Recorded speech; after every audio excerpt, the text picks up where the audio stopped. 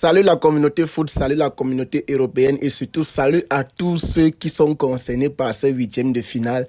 Hier, j'ai sorti une vidéo pour faire les simulations de ce tirage. Mais bon, je me rends compte que j'étais complètement à la rue. Le simulateur m'a trompé sur presque tout. Parce que déjà, je me disais que PSV allait affronter l'Inter, Feyenoord allait affronter Arsenal, Dortmund allait affronter Aston Villa. Je me disais que ça c'était sûr et que Bruges allait affronter Lille. Ça, je me disais que c'était sûr parce que j'ai fait le tirage 2 fois et c'est tombé comme ça dans les simulateurs. Je me disais que la seule chose qui pouvait changer, c'était Paris, Barça, Bayern, Atlético, Real, Leverkusen et puis Benfica, Liverpool. Mais je me suis trompé. Je me suis trompé à 1000%. Voilà, donc, avant de commencer, les gars, abonnez-vous, activez la cloche de notification pour ne pas rater les prochaines vidéos. Merci de continuer de liker, partager et surtout de donner vos avis en commentaire. Voilà. Donc, les tirages ont été effectués et que vois-je, Premier tirage, Paris-Liverpool. Oh, mes chers Parisiens, vous avez prié pour nous affronter. Nous aussi, on voulait vous affronter, mais ça nous arrange encore bien plus si vous affrontez Liverpool parce que vous affrontez là la meilleure équipe d'Europe cette saison. On va un peu vous enlever la joie parce que quand vous tapez Brest 10-0 sur 2 matchs, je peux même dire 20-0 sur l'ensemble des 4 matchs que vous avez joué cette saison. Ou bien c'est 23, ou bien c'est 24, ou bien bref, plus de 15 buts que vous avez marqué quand même à Brest. Vous chauffez, non, Vitinha, meilleur milieu de terrain du monde, Pedri c'est qui, Bellingham c'est qui, non, Dembélé, Ballon d'Or, Salah c'est qui, Rafinha c'est qui, voilà, vous allez donc affronter Salah. Et vous allez montrer de quoi vous êtes capable. J'ai trop la joie parce que si je vous affrontais, ça allait être un match qui allait se disputer, ça allait être bien équilibré et j'allais avoir peur. Mais j'ai confiance en mon équipe et je sais qu'on pouvait vous taper et que vous aussi vous pouvez nous taper. Mais Liverpool là, Liverpool est favori. Si Liverpool ne passe pas ici, là je respecte le PSG que cette saison ils ont vraiment franchi un cap et là ils deviennent directement prétendants pour le titre final. Deuxième tirage, nous avons eu Bruges contre Aston Villa. Waouh! Aston Villa, ils pensent que c'est le meilleur tirage. Mais attention à Bruges, ils ne sont pas faciles. Ils ont éliminé l'Atalanta. L'équipe qui a le deuxième goal à virage après Barcelone. Et la première des meilleures équipes du barrage parce qu'elle est sortie 9e en phase de poule, en phase de ligue. Mais vous voyez, la dernière équipe qui s'est qualifiée pour la phase de ligue a enlevé la première équipe qui s'est qualifiée en phase de ligue. Donc, Bruges, là, ils ne sont pas à négliger. Mais ce que Aston Villa produit cette saison quand même. Depuis, ils sont même d'abord sur une lancée. Depuis la saison dernière, déjà, ils sont pas mal. Donc, je vois quand même Aston Villa favori. Mais toutes ces rencontres vont se jouer au sol. Ensuite, PSV Arsenal, 2 rencontres aussi qui vont bien se disputer, malgré que je vois quand même Arsenal favori. Il ne faut pas qu'on se mente, je vois quand même Arsenal favori. Mais ce que PSV Eindhoven a fait, je crois que c'est à la Juventus. Je crois que c'est la Juventus, non? Oui, je crois que PSV élimine la Juventus. Donc, ils ne sont pas une équipe facile. C'est vrai que la Juventus, cette saison, ce n'est pas la Juventus Prime, mais ce que PSV a produit je sais pas, le courage qu'ils ont eu de partir chercher cette qualification ayant perdu à l'aller, c'est vraiment waouh. C'est vraiment waouh. Voilà, donc, prochain tirage, on a Dortmund-Lille.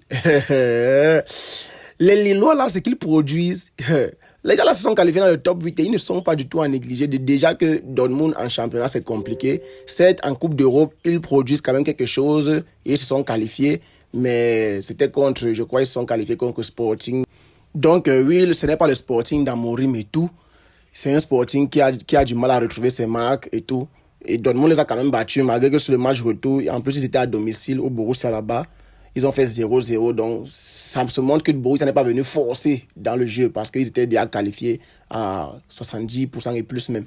Donc Lille, attention, mais Lille reçoit quand même au retour et ça peut jouer à leur avantage. Donc là-bas, ça sera vraiment une match, je dis quand même 55-45 pour Borussia parce que Borussia quand même ça a l'expérience de la Ligue des Champions. Bayern Munich, Bayern Leverkusen, 2 tocards, mais Leverkusen menace toujours ce Bayern depuis la saison dernière. Donc au vu de ce que le Bayern a produit contre Celtic, et je voulais même déjà qu'ils soient éliminés dès lors parce que c'était vraiment pourri dans le jeu. Et le but qu'ils ont marqué la dernière seconde, là, vraiment, le Goitre voulait m'arrêter. C'était d'abord un but laid. Et il ne méritait pas de marquer ce but au vu de ce que Celtic a produit dans cette rencontre. Mais bon, ils sont là aujourd'hui et ils vont peut-être step up. Mais pour moi, je vois Leverkusen se qualifier ici. Certes, Leverkusen n'a pas l'expérience de la Ligue des Champions, mais c'est 2 équipes qui se connaissent très bien. Et Leverkusen sait comment battre ce Bayern, malgré qu'ils ne l'ont pas encore fait depuis ce début de saison. Mais je pense quand même que Là, sur 2 matchs, confrontation directe, là, comme ça, avec le retour à Leverkusen. Je vois Leverkusen le faire, malgré que le Bayern a l'expérience de la Ligue des Champions. Feyenoord, Inter, Milan. Voilà, Milan, à toi de venger ton frère.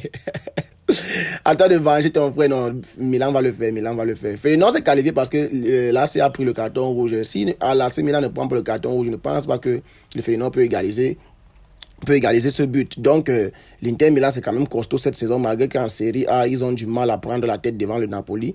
Mais quand même, je les vois quand même se qualifier parce qu'en Coupe d'Europe, ce qu'ils font avec leur coach là.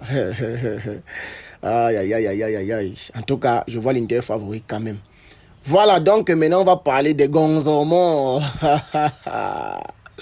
Le Real, je vous avais dit que si vous tirez l'Atlético, vous êtes mort. Ça, c'est la pire chose qui puisse vous arriver. Mais on a vu un Real Madrid en 2022 qui a tiré les meilleures équipes d'Europe. Et à chaque fois, ils sont en sortie. Que ce soit le PSG en 8e, Chelsea en quart, City en demi et même Liverpool en finale. Ils ont tapé tout le monde. Certes, c'était possible, c'était miraculeux ce qu'ils faisaient chaque fois. Mais ils ont tapé tout le monde. Donc, après avoir écrasé City, ils peuvent bien battre l'Atlético malgré qu'en championnat cette saison ils se sont neutralisés sur les 2 matchs et que l'Atlético a quand même le truc qui connaît bloquer le Real. Mais en Ligue des Champions, le Real reste le Real. Et l'Atlético quand même cette saison, ils connaissent planter des buts au-delà de savoir défendre comme d'habitude. Donc ça sera 2 rencontres disputées. Mais je vois le Real se qualifier parce que le Real a cette expérience de Ligue des Champions. Mais c'est à 51-49 que je vois le Real se qualifier. Je dis bien 51-49 parce que Cholo a le secret d'Ancelotti. Mais au vu de l'équilibre que le Real trouve ces derniers temps et la prestation et la montée en puissance de Kylian Mbappé et tout, voilà, je pense quand même que ça peut le faire. Ça peut le faire, mais à 51 contre 49%. Et puis on va terminer avec la maison, les gars. La maison au Montjuic. Ça se finit au Montjuic. On va encore affronter Benfica qui nous a donné du fil à retordre. Après que Szczesny est parti boutique Balde. Ce match, je ne sais pas s'ils veulent l'oublier un jour. Avec le Pavlovic qui a marqué un triplé et tout. Donc c'est quand même un adversaire qu'on a déjà affronté une fois cette saison. Et c'était chez eux. Tout comme cette phase aller sera chez eux. Mais je pense que ces 2 rencontres, on va se qualifier. Et maintenant, on est du côté droit du tableau. Hier, dans ma vidéo simulation, je disais que le côté droit du tableau n'est pas si facile comme on le pense. Ce n'est pas si facile comme on le pense. Parce que ce côté a le Borussia Dortmund, le Bayern Munich et désormais le Bayer Leverkusen. Et on a aussi l'Inter Milan qui est là. Donc, ce ne sera pas facile. Oui, le côté gauche a Liverpool, le PSG, le Real Madrid, l'Atlético et Arsenal. Mais le côté droit n'est pas à laisser. Il y a l'Inter de Milan, il y a le Bayern Munich, Bayer Leverkusen, il y a le Borussia Dortmund, il y a Barcelone. Donc, je pense que les 2 côtés sont équilibrés. Et vraiment, les 2 personnes qui vont s'en sortir de ces 2 côtés pour se rencontrer en finale, ils auront souffert et joué au ballon, au sol. Donc, ça sera très, très, très compliqué. Mais je pense quand même que la meilleure chose qui pouvait nous arriver, c'est Benfica. C'est vrai qu'on a une autre rivalité contre le PSG. On veut prendre notre revanche. On veut les taper pour montrer que leur victoire contre Brest, c'est rien. Mais pour être honnête, c'est toujours mieux de tirer Benfica que de tirer le PSG. Surtout le PSG qu'on voit ces derniers temps et cette saison. Voilà, c'est tout pour la vidéo aujourd'hui, les gars. Ceux qui sont restés jusqu'ici, merci de liker, partager, commenter. On se capte pour les prochains débriefs, notamment samedi pour le débrief de Barcelone et dimanche pour le débrief de Real Madrid. Et on sera là pour débriefer les rencontres chaudes de Ligue des Champions.